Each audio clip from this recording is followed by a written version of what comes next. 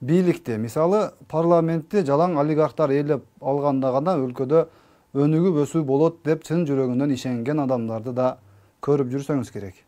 Эгер бул түшүнүк туура болгондо, Кыргызстан акыркы 5 жылдыкта гүлдөп, өнүп өсүп, Орто Азиядагы эң алдыңкы дүркүрөп өсүп жаткан мамлекетке айланбайт беле.